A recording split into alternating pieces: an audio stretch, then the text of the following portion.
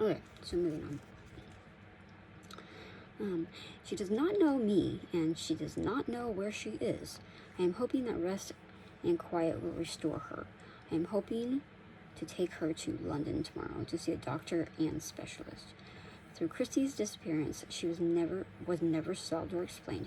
Some think it may have been a scheme concocted by the mystery author herself in light of the marriage struggles she was experiencing at the time. In her own autobiography, she didn't mention the incident.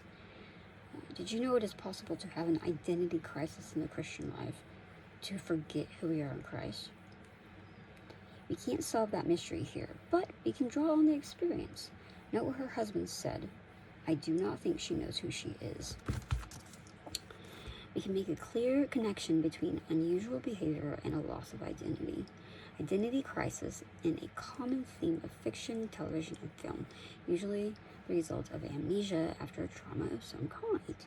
A person wakes up and doesn't know who they are. Having lost their identity again, they begin behaving in random ways not tethered to their past understanding of who they were because they don't remember. Did you know it is possible to have an identity crisis in the Christian life, to forget who we are in Christ? We, or others close to us, may notice that we have lost our way and we are not the same person we used to be.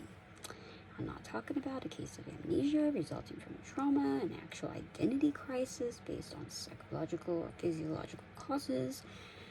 Rather, I'm talking about a gradual abandoning of the truths that will tell us who we are as a new creation in Christ. When that happens, we find ourselves wandering around in our pre-Christian world with a shift in values, priorities, and behaviors. Okay, so that was a long story short, but let me list a bunch of scriptures, but it gives me insight to remind.